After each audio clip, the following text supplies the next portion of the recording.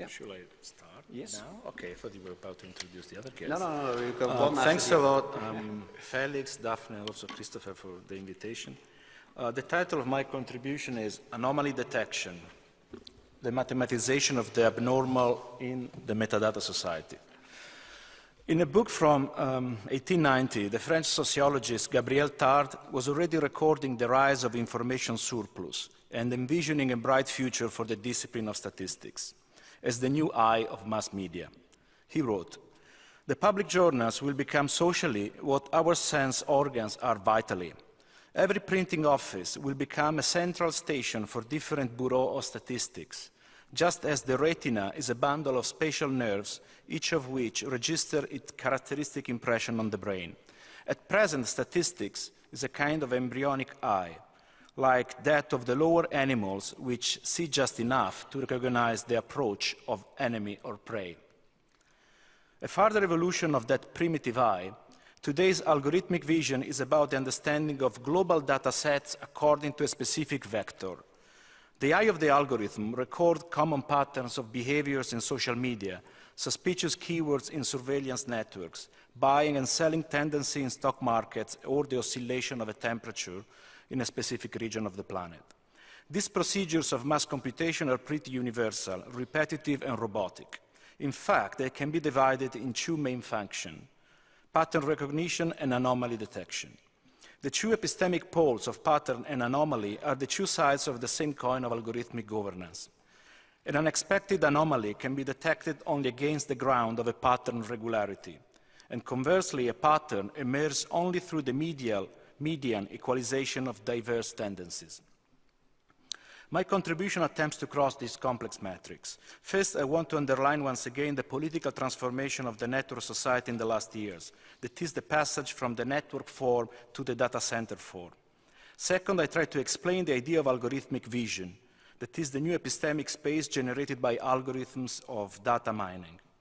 Third, I introduced the two basic forms of algorithmic vision, pattern recognition and anomaly detection, across different fields, if we have time, from social network to logistics, from surveillance networks to climate science. In this way, I attempt to clarify the nature of algorithmic governance and the return of the issue of the abnormal under a mathematical fashion. As soon as the Internet was born, the problem of its cartography was immediately given. But a clever solution to it, the Markov chains of the Google PageRank algorithm, came only 3 decades later. The first data center set up by Google in 1998, also known as Google Cage, can be considered the milestone of the birth of the metadata society, as it was the first database to start mapping the Internet topology and its tendencies on a global scale. In the last years, the network society has radicalized this topological shift. Beneath the surface of the web, gigantic data centers have been turned into monopolies of collective data. If networks were about open flows of information, as Manuel Castle used to say, data centers are about the accumulation of information about information, that is metadata. This sort of technological bifurcation and form of accumulation are not new. The history of technology can be described as the progressive emergence of new collective singularities out of the properties of older systems, as Manuel de Landa often does in his work.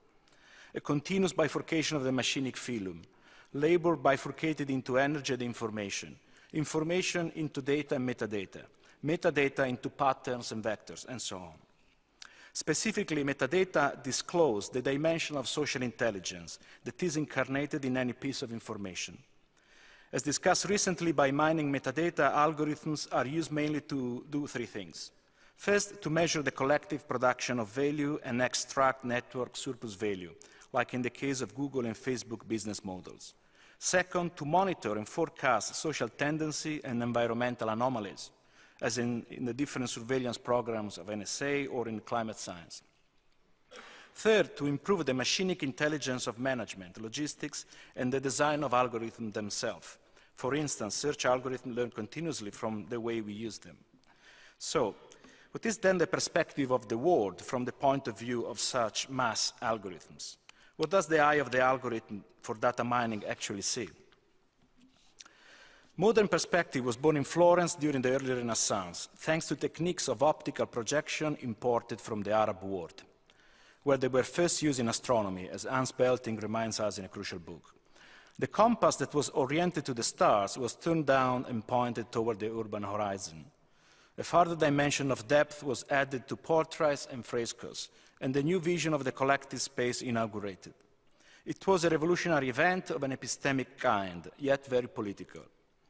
When in the 80s, William Gibson, had to describe the cyberspace in his novels Burning Chrome and Neuromancer, he had to cross a similar threshold, that is of interface between two different domains of perception and knowledge. How to render the abstract space of the Turing machine into a narrative environment. The cyberspace was not born just as an hypertext of virtual reality. Since the beginning, it looked like an infinite datascape.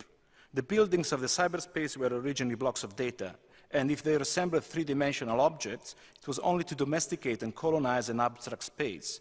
That is, by the way, the abstract space of any augmented mind. We should read again Gibson's Locus Classicus to remember that the young cyberspace emerged already as a mathematical monstrosity.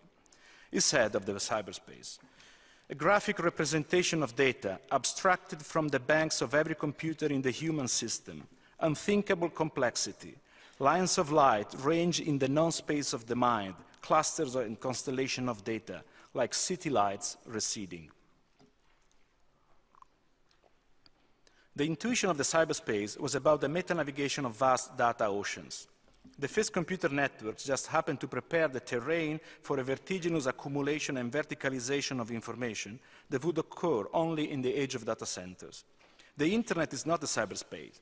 The cyberspace is the datascape used to map the internet, accessible only in secret facilities that belong to media monopolies and intelligence agencies.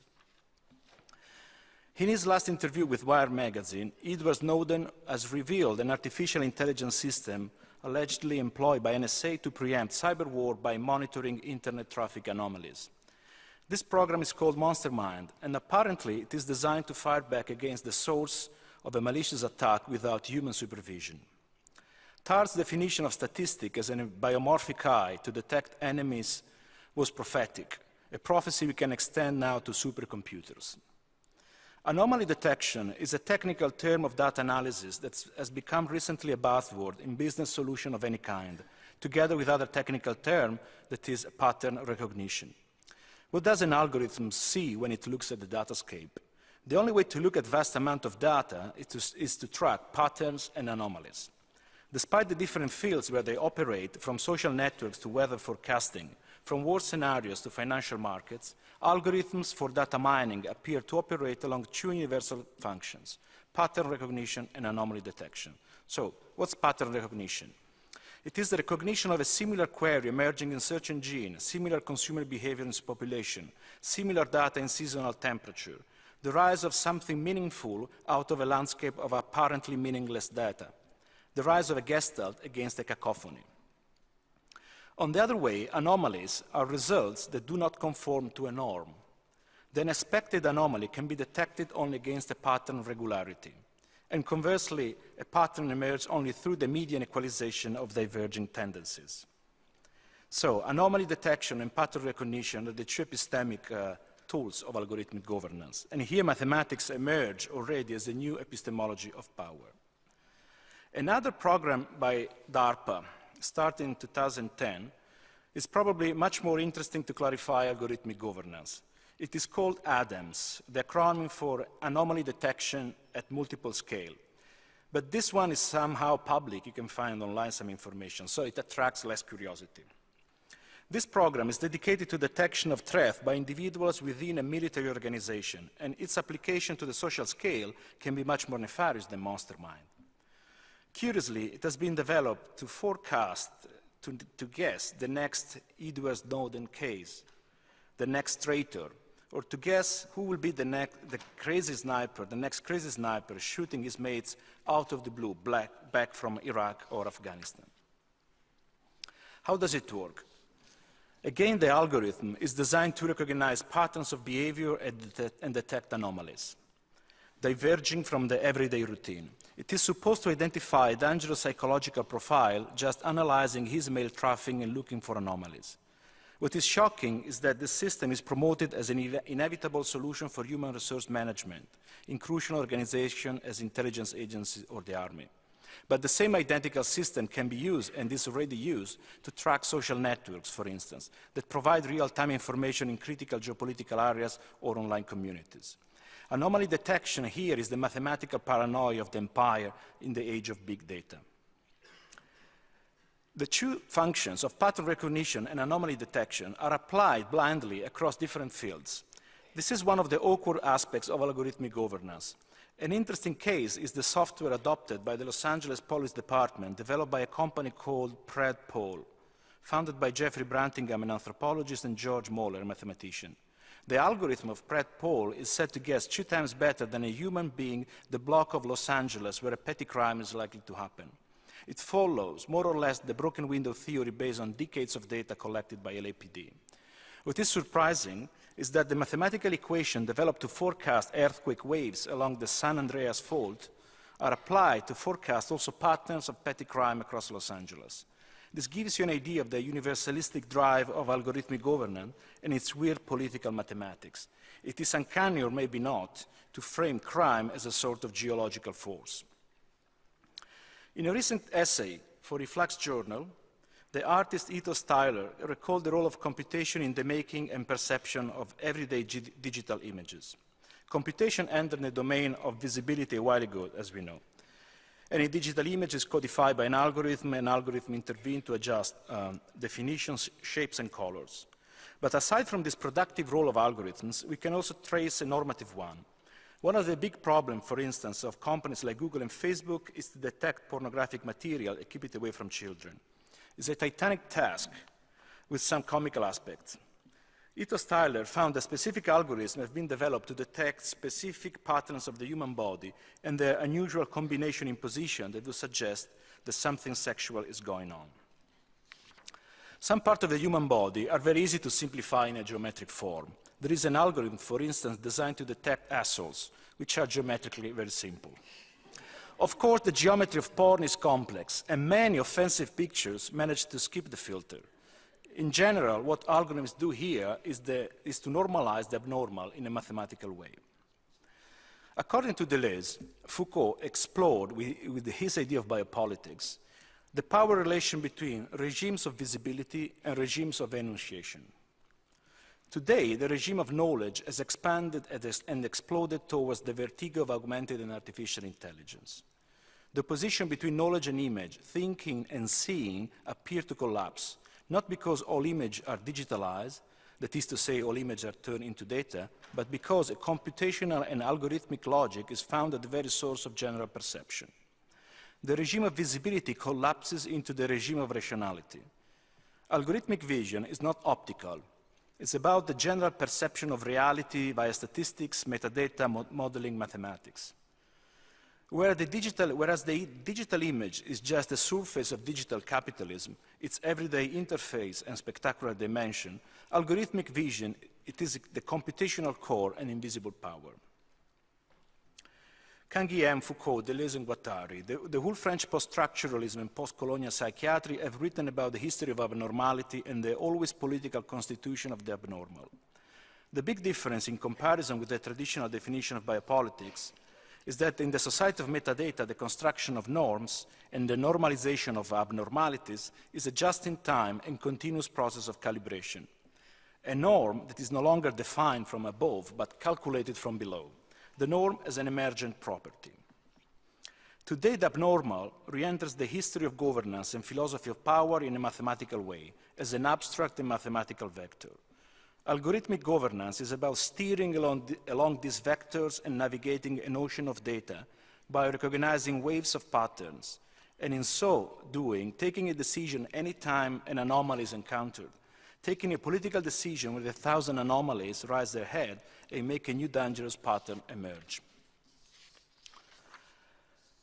Also, Gabriel Tard, from which we read the initial quote, had a particular interest in the imitative behavior of crime, in the way crime patterns spread across society.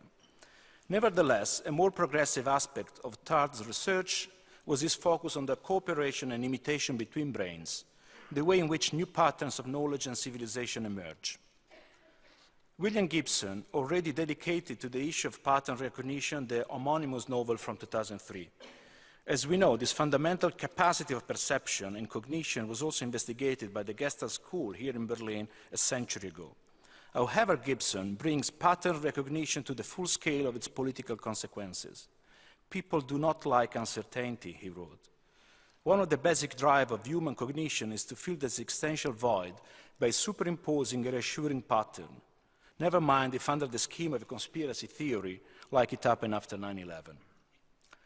Specifically, Gibson's novel engaged with the constant risk of apophenia. Apophenia is the experience of seeing patterns or connection in random or meaningless data, in the most diverse contexts, also in gambling and paranormal phenomena, for instance, or when religious pictures are recognized in everyday object, or a humanoid face on the surface of Mars. Algorithmic governance is apophenic too, a paranoid recognition and arbitrary construction of political patterns on a global scale. There is an excessive belief, indeed, in the almighty power of algorithms, in their efficiency and in the total transparency of the metadata society. The embryonic eye of the algorithm is growing with difficulties for different reasons. First of all, because of information overflow and the limits of computation, algorithms always have to operate on a simplified set of data. Second, different mathematical models can be applied and results may vary.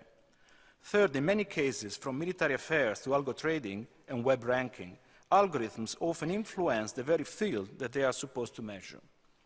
An example of non-virtuous feedback loop, algorithmic bias, is the problematic core of algorithmic governance. The eye of the algorithm is always dismembered, like the eye of any general intelligence. An ethics of the algorithm is yet to come. The problem of algorithmic apophenia is one of the issues that we will discuss more often in the next years, together with the issues of the autonomous agency and epistemic prosthesis of algorithms and all their legal consequences. Apophenia, though, is not just about recognizing a wrong meaning out of meaningless data. It may be about the invention of the future out of a meaningless present. Creativity and paranoia share sometimes the same perception of a surplus of meaning. The political virtue, then, in the age of algorithmic governance is about the perception of a different future for information surplus and its epistemic potentiality. Aside from the defense of privacy and the regulation of the algorithmic panopticon, other political strategy must be explored. We need maybe to invent new institutions to intervene at the same scale of computation of governments, to reclaim massive computing power as a basic right of civil society in its autonomy. Humankind has been always about the alliance with alien form of agency, from old microbes to new medicines, from old materials to new technologies. A progressive political agenda for the present would be then about moving at the same level of abstraction of algorithms in order to make the pattern of new social compositions emerge. We have to produce new revolutionary norms, new revolutionary institutions out of data. The Spinozian idea of common notion must be updated to the age of metadata, that is the age of an emerging social intelligence. If the abnormal returns to politics as a mathematical object, it will have to find a strategy of resistance and organization in the upcoming century, likely in a mathematical way. Thank you.